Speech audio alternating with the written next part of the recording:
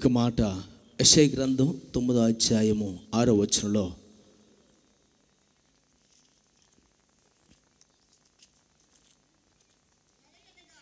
ఎలా అనగా మనకు శిశువు పుట్టెను, మనకు కుమారుడు అనుగ్రహింపబడెను, ఆయన భుజం మీద రాజ్యభారం ఉండెను.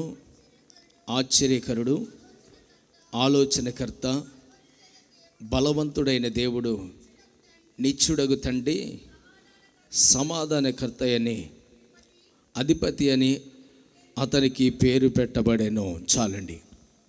చదువుబడినటువంటి మాటల్లో యేసు ప్రభువారు ఈ లోకంలోనికి రావటానికి కారణం ఏంటంటే, ప్రతి మనిషి కూడా చీకటిలోనో, మరణ ఛాయలోనో, పాపములోనో, రోగములోనో సమాధానం లేక, నెమ్మది లేక జీవిస్తున్నటువంటి దినాల్లో ప్రతి కుటుంబాల్లో, ప్రతి వ్యక్తిలో శాంతి సమాధానం లేక జీవిస్తున్నటువంటి దినములలో యేసుక్రీస్తు ప్రభువారు ఆయన ఈ లోకంలోనికి వచ్చుట వలన లోకానికి గొప్ప వెలుగు వచ్చింది. చీకటిలో కూర్చున్న వారికి వెలుగును చూడగానే మరణములో నుండి వారు జీవములోనికి రావడానికి దేవుడు కృపనిచ్చాడు.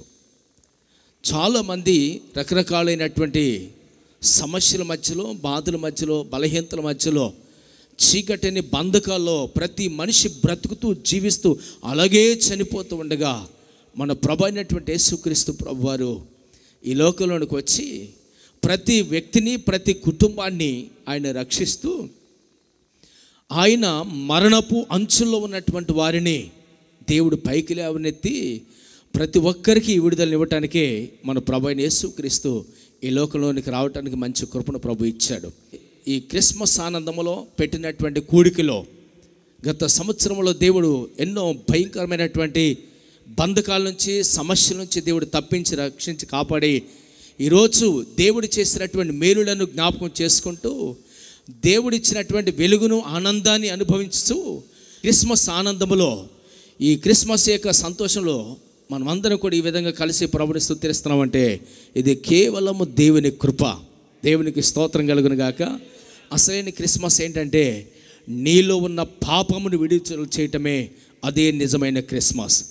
పాపమును, శాపమును, బంధకాల నుంచి బయటకు వచ్చినప్పుడే అదే నిజమైన క్రిస్మస్. ఈ ఆనందాన్ని అనుభవించటకు మనమందరూ కూడా ఈ విధంగా కోటానికి దేవుడిచ్చిన అవకాశాన్ని బట్టి దేవుని స్తుతిస్తూ